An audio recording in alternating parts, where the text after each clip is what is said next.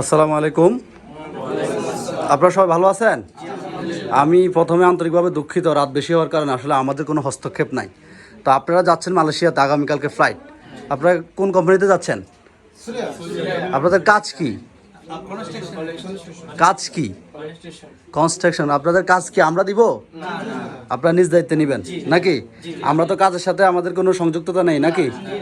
আপনারা নিজ দায়িত্বে কাজ দিবেন। আপনাদের আত্মীয় স্বজন আছে, আপনার কার কাছে? আপনি তো আগে মালয়েশিয়াতে ছিলেন, মিজান ভাই আগে মালয়েশিয়াতে ছিল নাকি?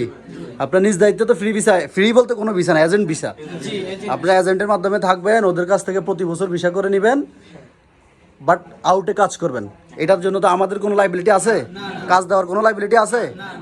ঠিক আছে, এতটুকুই জানার ছিল। অনেকেই আমাদেরকে দোষারোপ করে, ওরা স্বইচ্ছায় এজেন্ট ভিসা নেওয়ার পরে আমাদেরকে দোষারোপ করে যে কাজ দেয় নাই, হাং টাং, অনেক প্রবলেম হয়। প্রবলেমে পড়লে তো সব দোষ দালালের। কার?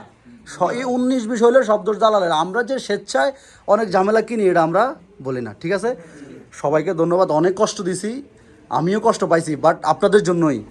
এত কষ্ট কার জন্য? আপনাদের জন্যই। আপনারা অনেক কষ্ট আছে। সবাইকে ধন্যবাদ। ইনশাল্লাহ আবার দেখা হবে কখনো, যদি বাইচা থাকে। আল্লাহ হাফেজ। ভালো থাকবেন।